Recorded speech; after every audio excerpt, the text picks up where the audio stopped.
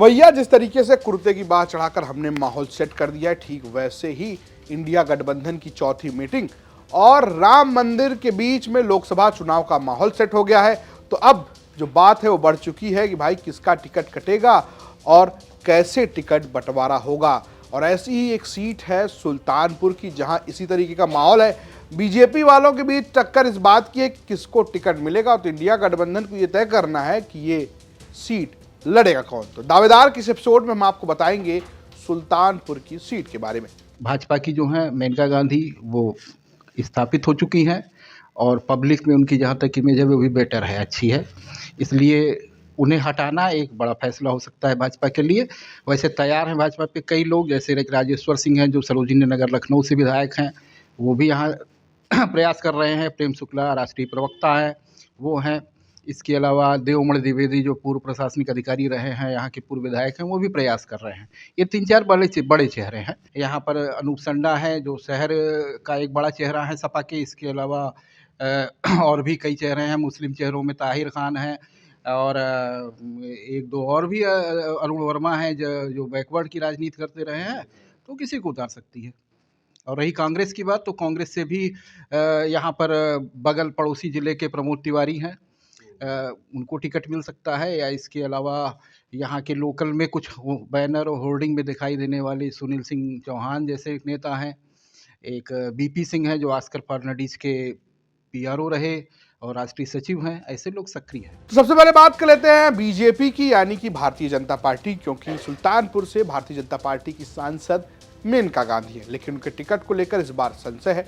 क्यों है? इसके कई कारण बताए जा रहे हैं। सबसे बड़ा कारण यह है कि उनके बेटे वरुण गांधी वो लगातार अपनी पार्टी यानी बीजेपी पर ही हमला बोलते नजर आते हैं। उनका अपना एक बगावती तेवर है। दूसरी ओर बीजेपी का परिवार में एक ही लोगों का टिकट देने का समीकरण भी है, जो भी मेनका गांधी पर भारी पड़ सकता है। इसके अलावा स्थानीय स्तर पर कई दिग्गजों की दावेदारी भी मेनका को चुनौती देती हुई नजर आ रही है। वैसे दावेदारी में बीजेपी के प्रवक्ता प्रेम शुक्ला से लेकर पुलिस के पूर्व मुखिया राजेश्वर सिंह तक का नाम चल रहा है, लेकिन मेनका गांधी का टिकट काटना इतना भी आसान बीजेपी के लिए नहीं होने वाला। भाई उनकी सक्रियता को देखते हुए तो कहा नहीं जा सकता कि टिकट कटेगा, क्योंकि मैंने देखा अभी तक भी जितने भी सांसद बने हैं सुल्तानपुर के, जितनी सक्रियता इनकी रही है और किसी सांसद की नहीं रही है। और बीजेपी है, हो सकता है वरुण गांधी के कारण इनका टिकट संकट में पड़ सकता है भाजपा से, तो दूसरा भी कैंडिडेट आ सकता है सो भाजपा से। फिलहाल तो मेनका जी को वापसी करनी चाहिए, क्योंकि उन्होंने अपने आप को स्थापित भी किया है। ना सिर्फ स्थापित किया है बल्कि जनता में लोकप्रियता भी पाई है, क्योंकि जो शहर पिछले जाम से जूझते हुए कम से कम 3 दशक से परेशान था, उसमें उन्होंने जो कर दिखाया वो निश्चित रूप से एक बड़ा कदम था।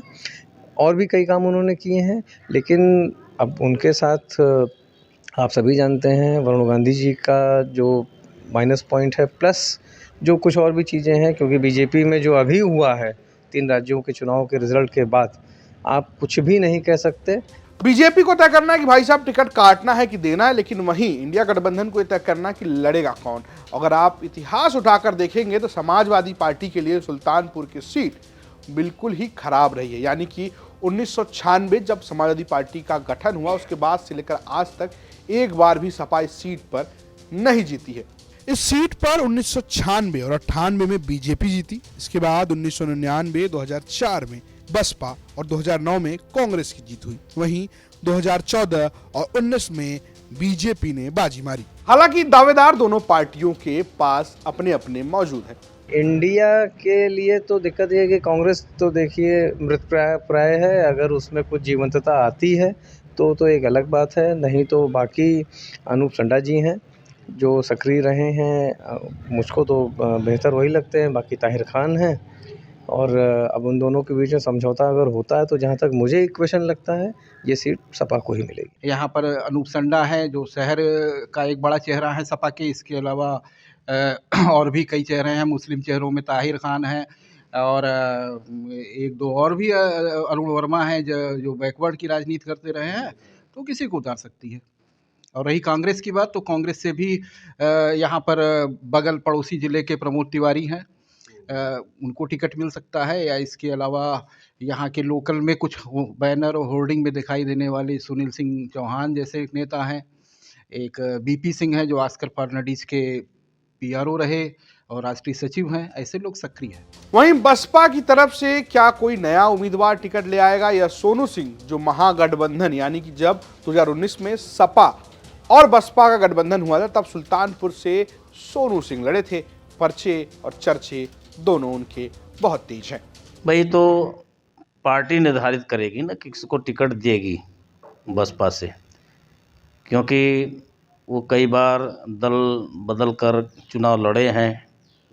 अब उसको बसपा के सुप्रीमो ही तय कर पाएगा कि सोनू सिंह को लाती है और किसी अन्य को।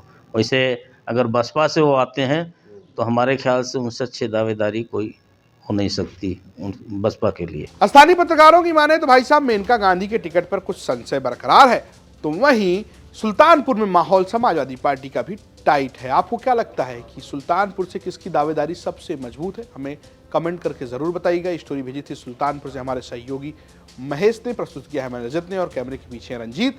देखते रहिए यूपी तक। नमस्कार।